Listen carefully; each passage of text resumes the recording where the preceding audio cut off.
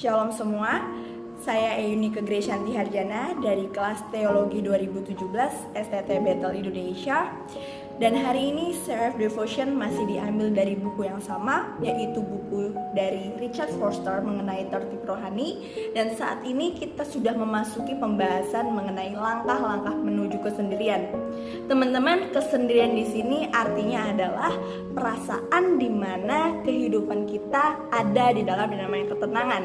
Artinya ketenangan di dalam Tuhan, sehingga kita semua dapat menerima yang namanya damai sejahtera yang melampaui segala akal. Dan hari ini juga kita akan sama-sama belajar bagaimana cara untuk menuju kesendirian itu.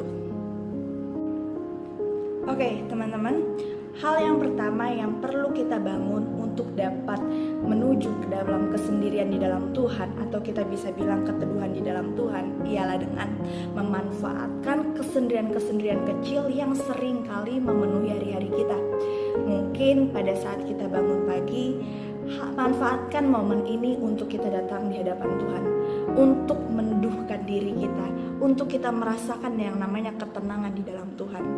Mungkin pada waktu kita berkendara, di tengah-tengah kebisingan kendaraan, di tengah-tengah hiruk pikuk lalu lintas, kita bisa merasakan momen di mana kita bertemu, berjumpa dengan Tuhan, momen di mana kita melatih kehidupan batin kita.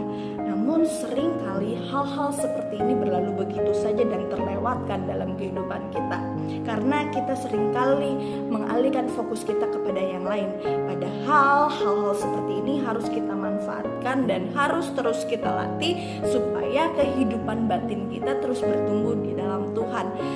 Nah, mungkin juga untuk melatih kehidupan batin kita bisa pergi ke tempat-tempat yang khusus, sehingga kita bisa memiliki waktu pribadi dengan Tuhan, sehingga kita bisa memiliki waktu untuk meditasi pribadi kita bersama-sama dengan Tuhan, sehingga kita memperoleh yang namanya ketenangan batin, dan kita bisa merasakan damai sejahtera yang melampaui segala akal itu.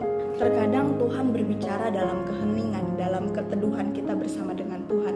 Dia bisa kasih hikmat untuk kita bisa menetapkan tujuan dan sasaran hidup kita. Dia bisa kasih kita pewahyuan untuk apa yang mau kita lakukan dalam kurun waktu 1 tahun sejak dari sekarang. Apa yang mau kita perbuat, apa target kita dalam kurun waktu 10 tahun ke depan. Namun yang seringkali terjadi ialah kita menargetkan hal yang terlalu tinggi dalam kurun waktu yang singkat. Tetapi kita juga seringkali menargetkan hal yang terlalu rendah dalam kurun waktu yang lama. Dan hari ini kita mau sama-sama belajar untuk menetapkan setiap tujuan dan sasaran secara realistis. Tetapi kita juga belajar untuk memiliki mimpi yang lebih tinggi. Teman-teman ketahuilah bahwa buku Tertib Rohani karya Richard Foster ini merupakan hasil dari mimpinya yang menjadi kenyataan. Ini merupakan salah satu mimpinya yang menjadi kenyataan. Ini merupakan hasil catatan pribadinya dia tuliskan dalam momen ketenangan dia bersama dengan Tuhan, dalam momen keteduhan, dalam momen keheningan dia bersama dengan Tuhan. Tuhan berbicara dan akhirnya dia menuliskan buku Tertib Rohani ini.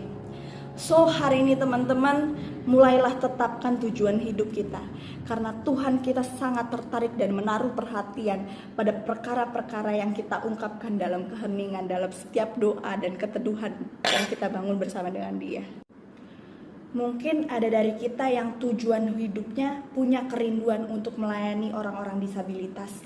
Mungkin juga ada dari kita yang punya kerinduan untuk melayani generasi muda, bahkan anak-anak. Tapi ada juga dari kita yang punya kerinduan untuk bisa dipakai Tuhan dalam mujizat dan kesembuhan.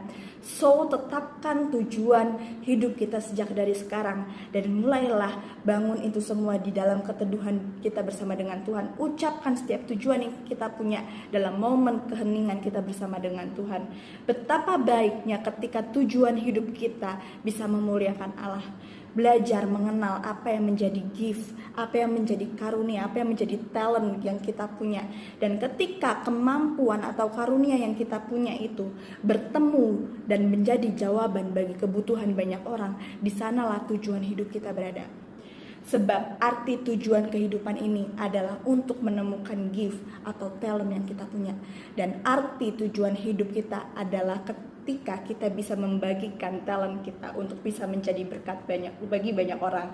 Ketika kita bisa membagikan setiap karunia kita, ketika hidup kita bisa menjadi impact dan berkat besar bagi banyak orang, disitulah tujuan hidup kita berada. Dalam pembahasan langkah-langkah menuju keteduhan di dalam Tuhan, hari ini sama-sama kita belajar untuk mengambil waktu, merasakan keheningan di dalam Tuhan, dan belajar untuk menetapkan tujuan dan sasaran kita. Karena buah kesendirian kita adalah bertambahnya kepekaan kita terhadap perkataan Allah, dan bertambahnya belas kasihan kita bagi orang lain, menumbuhkan rasa cinta, kasih, hormat kita kepada sesama manusia. So teman-teman, tidakkah setiap kita rindu untuk terbenam dalam ketenangan di dalam Tuhan? Tidakkah setiap tarikan nafas kita mendambakan penyataan ilahi sehingga kita mengetahui apa yang Tuhan mau kerjakan melalui kehidupan kita? Teman-teman, disiplin kesendirian inilah yang membukakan pintu untuk kita dapat mendengarkan apa yang Tuhan mau kerjakan melalui kehidupan kita.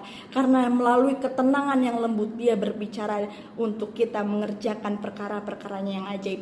Terima kasih, Tuhan Yesus memberkati.